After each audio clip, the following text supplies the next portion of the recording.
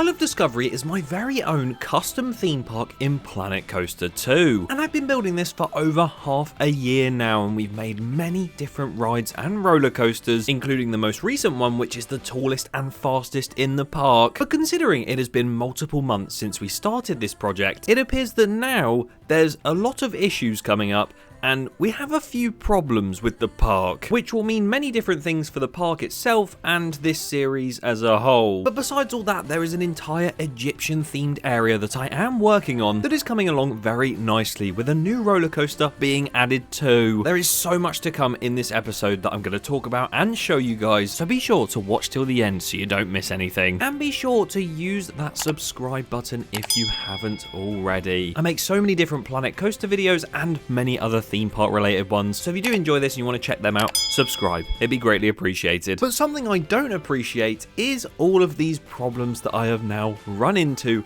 building Isle of Discovery. Welcome back to episode 24, I think we're on. I lose track half the time. Let me just double check. Yes, episode 24. How did I not know that?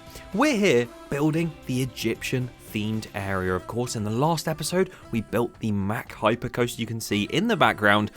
And there's already been some developments on this coaster, of course, since that previous episode, because then you could only see the coaster itself. There was no support work, no theming around. You can now see there's a little bit of theming in the background, but we'll get onto that later. And also some custom support work here and there. But yeah, Isle of Discovery then. What is going on with it? I'm going to talk about it throughout the entire episode, whilst also giving you a rundown on what's going on screen. You can see literally right now I'm building a pyramid, which we're going to duplicate across a few times and sort of use them and make it look like they're being worked on and sort of constructed, and at the same time have like some temple ruins maybe, the typical, because you can't go an area in this park without a temple of some sort for some reason. But these problems then, let's get into a few of them, because, well, it's going to take a while to explain them all, plus some of them have already happened in previous episodes, as you may already know. So, going back to the water park full tour video, the Ragnarok water park I built, I did sort of a portion of this series where I built that water park, the Viking themed one, in the corner of the park. Absolutely loved building it. It was so cool. It was a lot of work, and there was a lot of pieces. So, when I put it up on the workshop, there is, of course, a console limit to how many pieces you can actually have on a console uploaded workshop file. So, for instance, PC players could easily download Ragnarok Water Park and actually explore it for themselves, but the piece count is too high that console players can't. And I know a lot of you guys are on console. I saw so many different comments saying I can't get onto the park, it's not coming up. That's exactly why. And I wasn't in the country at the time, so I couldn't sort it out, and I don't think there is a way to sort that out right now, which is really, really sad. But more on that in just a moment, because obviously with that piece count, my PC started dying. And obviously that means that the viewing experience of these videos especially isn't going to be very good, because it's going to be lagging all over the shop. And the water park was fine, but when we got to building this Mack Hypercoaster, of course the time-lapse was fully fine. POVing it, it was genuinely so laggy. The frame rate was awful. I don't know what happened. Literally was fine. As soon as I finished the water park, it was completely fine. But when I built this coaster, it just stopped being fine. And even when I've deleted the coaster and tried to see if there's any updates to the frame rate, it's still really bad. So, another problem there, it's too laggy. The park is too big now. My computer can't handle it. Yes, I could upgrade my computer, but we are nearing the end of this project, so there's obviously a few things I do need to think about with that, because let's be honest, it is a massive park already. But again, we'll get back onto that, because as you can see, I'm building the station building of the Mack Hyper now. Right there, got some stone columns at the bottom, and obviously rising up as a temple. You can see some of the Egyptian pyramids in the background and stuff, but I'm trying to use in this area as little pieces as possible. I know, as you can see, I'm doing loads of different ruins and stuff, so I'm not really helping the cause. But that's one of the major problems that I wanted to talk about today, is the piece count and how high it's getting, because not only have I realized with the water park, you can't have that on console because it's too big, That also then means that Isle of Discovery is going to be too big to be played on console, which is really, really gutting because I really wanted you guys on console to be able to explore the park, but it's going to be too big. And it's now becoming too big that my PC can't handle it, and it's becoming genuinely unpleasant to actually build anything on the park. Which is why I then discovered, actually a little bit of a solved problem here. Wow, I've actually done some solving, crazy. I discovered if I did delete the entire water park in the Isle of Discovery save, that did make it a lot more bearable, as you'll see when we go into real time. So, I've deleted the whole water park from the theme park save, but obviously there's signs around saying that if you want to experience the water park, just go and download it on the workshop. I guess, if that makes sense, it's just easier for everyone's computer when loading this park up because you can just experience the water park separately. But with that, deleting that water park out of the main theme park, and again, I'll show you that later, it's quite funny because it feels like we've gone back to square one. You will notice the frame rate change is a lot better. But of course, I still want to build 2 more areas on top of this one. And that worries me now, knowing that the water park was enough to make it lag, the size of the Wild West bit we're planning, and also the other section which I might be doing. I feel like we're going to go back to that stage and it's going to get even worse. So there's the other problem. Can we actually build the next 2 areas of the park? Of course, you can see me doing a lot of the terrain and the sort of pieces on this one. With Egypt, it's very sort of open plan. It's just some shrubbery here and there, a lot of rocks around, very simple scenery, no little pieces that have to be used other than those massive pyramids, I guess, which aren't fully finished yet, so you can see some gaps, and that's why that's there. And obviously pathways, like you can see me going around that first turn, definitely not inspired by Hyperia. Not at all. While making plaza areas and also this pathway that does link the Chinese themed area of Lantasia over to the Egyptian theme and also the Wild West theme. But yes, the main problems right now.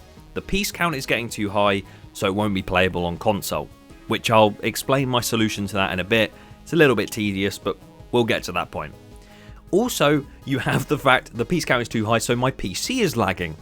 I have a sort of way of getting around that for the videos, but not necessarily for building in, which will become a problem, which sadly might reduce the amount of areas we've been thinking about.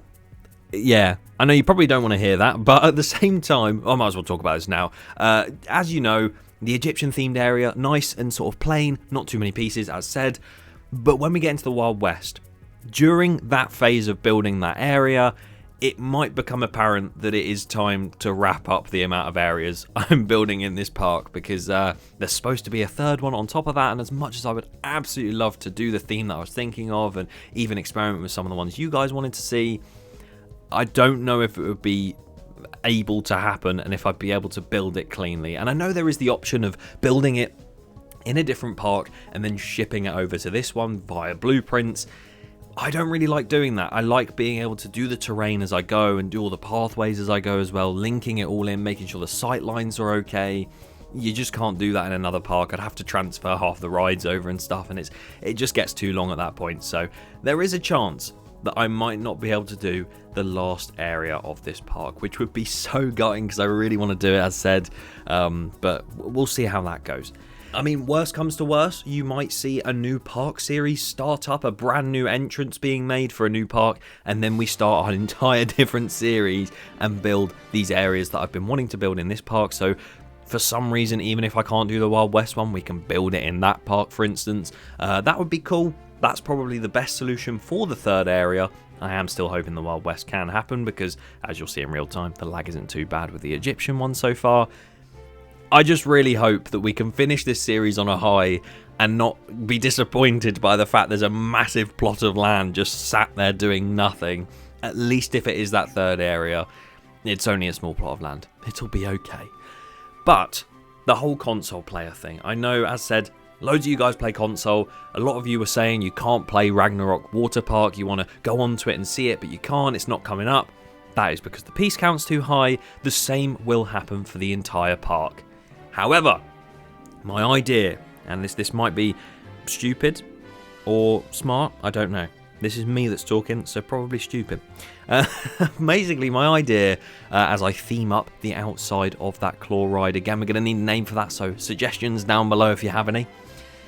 I think it would be better if I individually put every area on the workshop. So for instance, the Egyptian area could be on there as its own separate entity, the Chinese area, the jungle area, Vikings, the Greek area, steampunk, all of the different areas could be on there separately as an individual workshop creation, I guess. So you can download it on console because there's not enough pieces to say, no way you downloading that.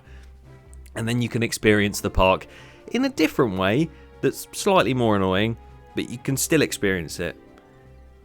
Does that make sense? I don't know. I do really wish, I understand why, but I do really wish Planet Coaster 2 and Frontier did make it so you can actually download full parks that are huge like this on console edition as well. I know it's to do with the consoles and how they like do the game. Again, I'm not very smart, am I? That sounded like absolute gibberish, but it's how the game runs on those consoles. That's why they lower the piece count, the amount that you can actually build on there. So I think that way forward of putting the areas on separately is probably the best way forward. And you might not be able to experience the water park. That's probably the least major point of this entire park, to be fair. So hopefully we can get through that. I can't remember any other problems. I think that's basically all my ideas for a solution to them. But if you have any ideas on what I could do on top of that, or even maybe some other things to do with lag, on how to sort that out and make it a better viewing experience again for you guys, because that is purely the reason for it. And also, I guess, because when I'm building it, it's not exactly fun building in a park that is so laggy, when I can go over to Universal Great Britain and build it in such gorgeous frame rate. And then you come back here and it's like, But if you are on console, then hopefully there will be that way to download the park separately and experience things like Jinshi and Valkyrie and this Mac Hyper, which we're not going to name in this episode, by the way. So if you have any name suggestions for that, keep them coming. I've seen some amazing suggestions so far. There was a few people saying Hyperia. I'm not calling it that. But we'll be naming it in the next episode because it's not fully done yet. Because you'll see, we're going to build another coaster in this area. Not the indoor one I was speaking about, but something a little bit different. And we are just going to be theming a little bit more of this. It's more of an episode to continue with the area, add something new. Well, two things new technically, because there's the claw ride as well. But and mainly to talk about those problems that I've come up with. So again, any solutions to them would be very much appreciated in the comments. It's kind of gutting that this series could end sooner than we think. I was really hoping it would go to around 30 episodes and we could build like the entire Wild West bit, because I think next episode we'll be finishing off Egypt. Like, this is a small area compared to some of them. But yeah, the Wild West area I'm really hoping to do. And if we can't, sad. If we can't do the next one after, I'll take it, but we'll just have to wait and see how it goes. And as I said, I could upgrade my PC, but in all honesty, I think it's going to lag on most computers because, my god, it is a huge park. When we zoom out later on, it's the biggest thing I've ever built in this game. And I mean over both Planet Coasters. I'm really proud of how it's come out, or some would say I'm really happy with it.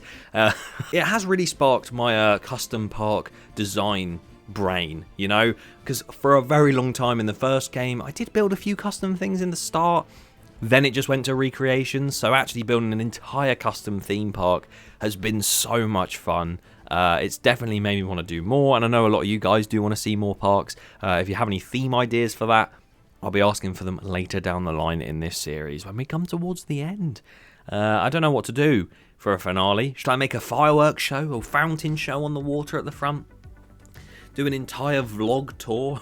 Isle of Discovery vlog, opening day 2025, can you imagine? But yeah, there's genuinely so much left to do, but also so little. So yeah, it's really cool to see.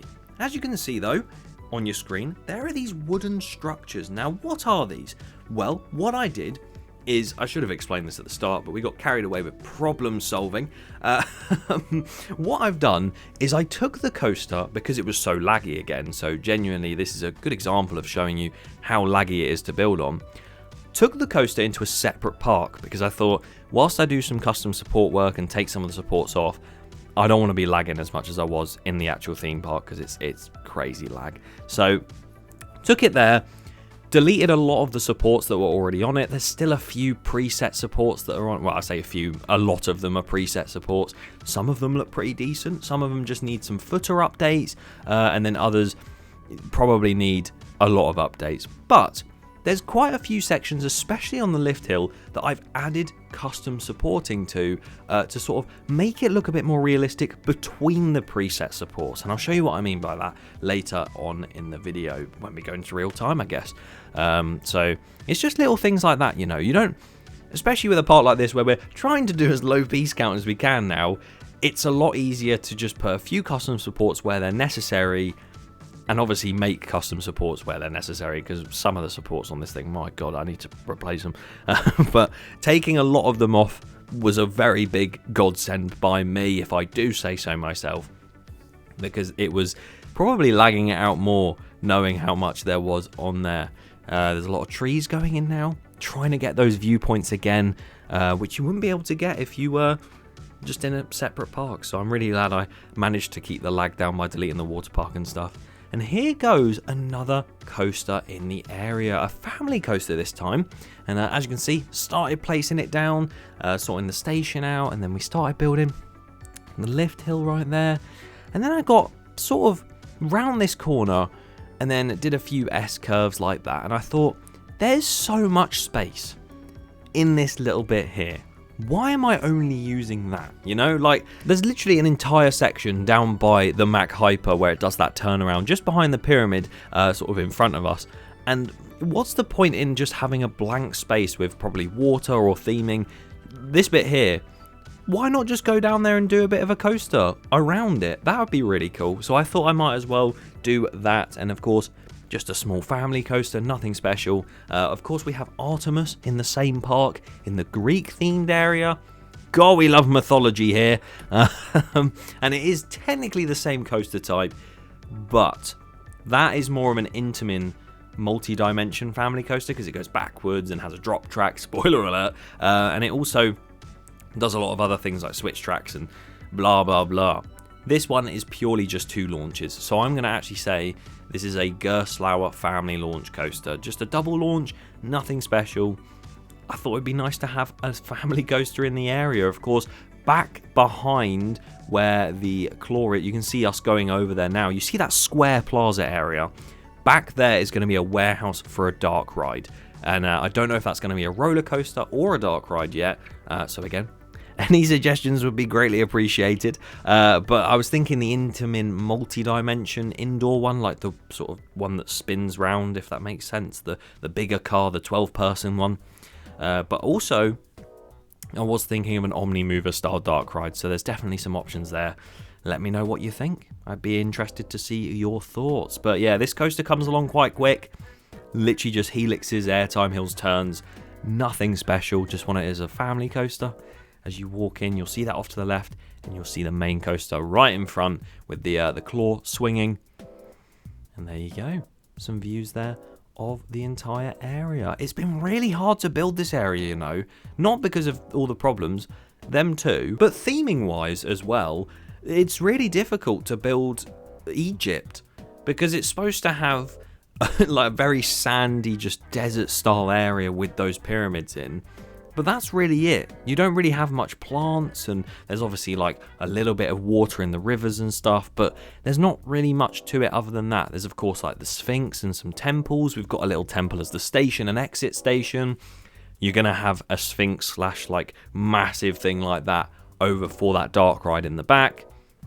But what can you do more so than pyramids and maybe a river? Not much, because it's just a sandy desert. So I've had to sort of make do with like maybe like a modernized, preserved Egypt, if that makes sense, with shrubbery that's growing, a lot of scaffolding around, and it's got like blocks being raised up by cranes and everything. It's been pretty difficult, but I've enjoyed building it.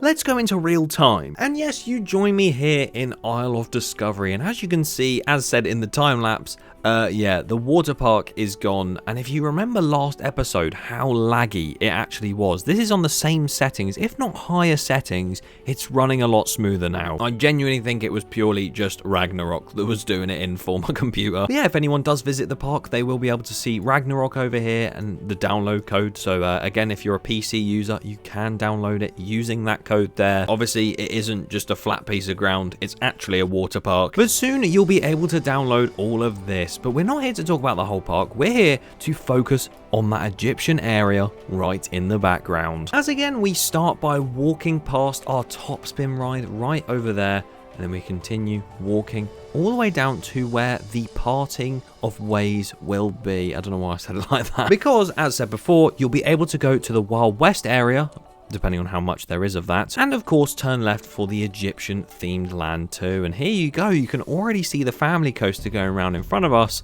and then as you walk around the corner, there is the view of Egypt. Now it's very flat, which I'm actually kind of happy about, and other than what will be on the left hand side, there isn't a lot of trees and shrubbery around. It does still look like you are in the desert, but as you can see by the time lapse, we now have a claw style ride right over here, which has the entrance just down here. So if you could come up with a name for that, that would be amazing. I don't know what the sort of theme we're going for here, just a nice Egyptian swing.